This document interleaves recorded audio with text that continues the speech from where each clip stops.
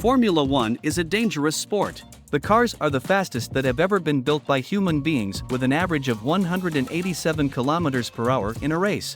Formula One over the years have seen some huge crashes that sometimes took the lives of drivers and the marshals on the circuit. But no matter how dangerous the sport gets, there are some drivers who are just too throttle happy and make friends with the barriers every now and then. Here is a list of 5 most accident-prone drivers of F1 history. 1. Romain Grosjean. Just ask any driver on the current grid what they find most dangerous in Formula One, and their answer would not be any circuit or any corner but Romain Grosjean. Such is the reputation of the French driver that most racers try to avoid racing him on track, and with good reason. Grosjean served a race ban in 2012 when he took out Hamilton, Alonso, Perez. The crash also caused Maldonado to spin, and Kamui Kobayashi also got damaged, which demoted him to last place. But arguably the accident that cemented his place in F1 history as one of the most dangerous drivers has to be his crash at Baku in 2018. He crashed into the wall behind the safety car, came on the radio to his engineer and said, "Ericsson hit me." But unfortunately for him, Ericsson was nowhere in the picture and Grosjean was left embarrassed in front of the watching fans. 2. Jody Schechter. It might be surprising for some to know that 1979 world champion Jody Schechter was considered to be the most dangerous driver in F1 early in his career. In fact, his career was full of crashes in the beginning. During the 1973 French Grand Prix, Schechter hit Fittipaldi, forcing him to retire. After the race, the Brazilian world champ was furious and said, "This madman is a menace to himself and everybody else and does not belong in Formula One." A week later, during the 1973 British Grand Prix, Schechter provoked one of the biggest car pileups in F1 history. He spun during the first lap, forcing 10 cars to retire. The race started over without the cars involved in the accident. Following the incredible crash in the 1973 British Grand Prix, Schechter collided with Savert in Canada weeks later. Despite his reputation in F1, teams saw talent in Schechter. He then joined Ferrari in 1979 and won his first and only championship. His title would be the last one obtained by Ferrari for almost 20 years, until Schumacher won the championship in 2000. Jody Schechter is proof that a young, inexperienced, crash-prone driver can transform into a respected world champion.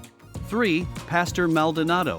He is undoubtedly the king of crashing. He has mastered the art of disheveling the engineering marvel, i.e., a Formula One car. He has a career filled with crashes, not just in Formula One. Before entering the pinnacle of motorsport, he almost killed a steward in the Monaco Grand Prix in 2005 Formula Renault 3.5. Fortunately, Maldonado comes from a wealthy background, so his father paid off the medical bills of the injured steward. When he entered F1, he made a habit of voluntarily crashing into the drivers and sometimes into the walls just by himself, made evident by his crash in the final laps of the opening race at Australia 2012. He again famously crashed into Perez at the 2012 Monaco Grand Prix. Then started a streak that made Pastor famous and recognized for eternity. He crashed during the Canadian Grand Prix, he crashed into Hamilton during the European Grand Prix, he crashed another time in Hungary. He then managed to get 3 penalties in a single race before crashing into Teemo Block at Spa. He had a streak of 7 races with crashes, penalties, or various incidents. There are just too many crashes to count. Unlike other drivers on this list, there is not one major incident that comes to mind, but so many at once. 4. André de Cesaris.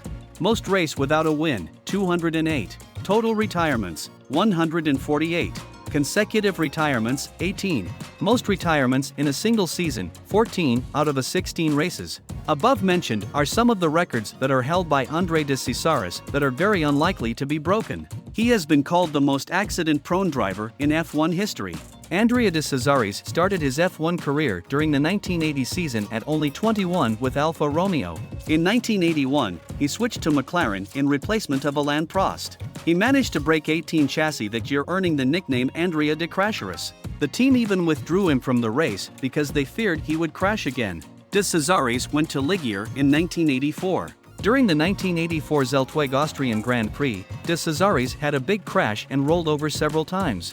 He was slightly injured and walked back to the pits, where he was immediately fired by team boss Guy Ligier, who said, "I can no longer afford to employ this man." During 1990, he again did some incredible things, such as crashing in the first lap in Imola and Interlagos. He nearly took out Nigel Mansell's Ferrari while being lapped by him during a race. 5. Teemo Block. Teemo Block had a relatively short career in F1, one filled with crashes. The Teemo Block crashes are very famous among F1 fans. He notably crashed in 2008 during the German Grand Prix, in 2009 during the Japanese Grand Prix, in 2008 in Australia, in 2010 in Belgium.